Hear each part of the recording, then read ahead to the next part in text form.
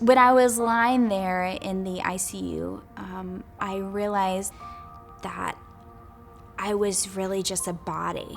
And for me, that was a really surreal feeling because I've been an advocate my entire life for families and for children who needed a voice to be spoken for, and now I needed my own advocate.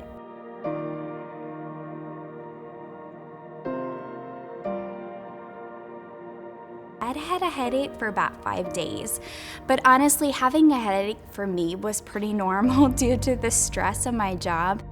I was working on my laptop when my husband got home, and I worked until around 10 p.m. that night.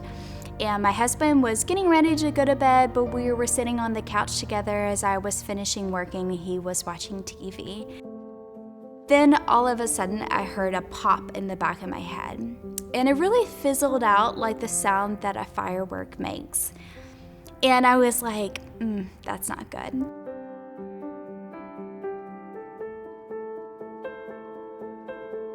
I think I just had fear in my eyes at that point, but my words were not correct. I was saying all kinds of crazy things that didn't make any sense, but I was finally able to say hospital.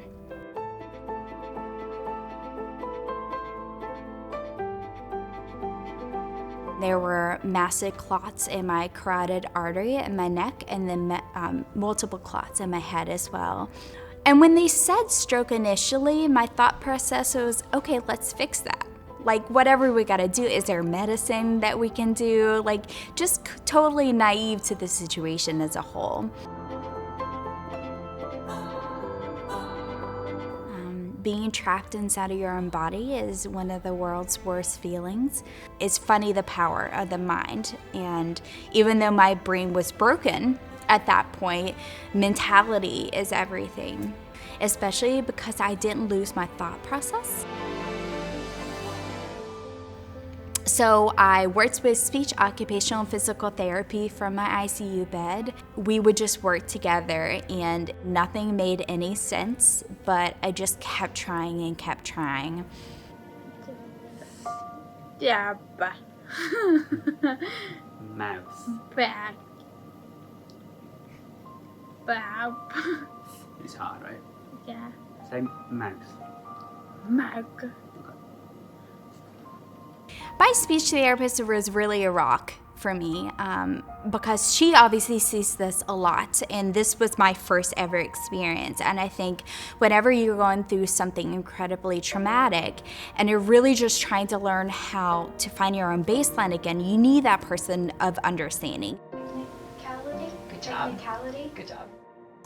She was integral in my learning and my life, and it's a lot more than just speaking at that point. It's being able to learn and live again, and she was fantastic in that process.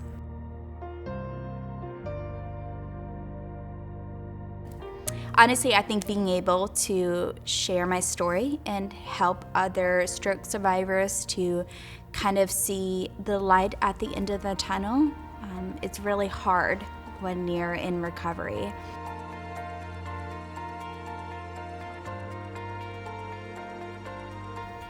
Changing laws on stroke and meeting with other physicians to help to be able to elevate survival and increase recovery rates. And it's just, life is good.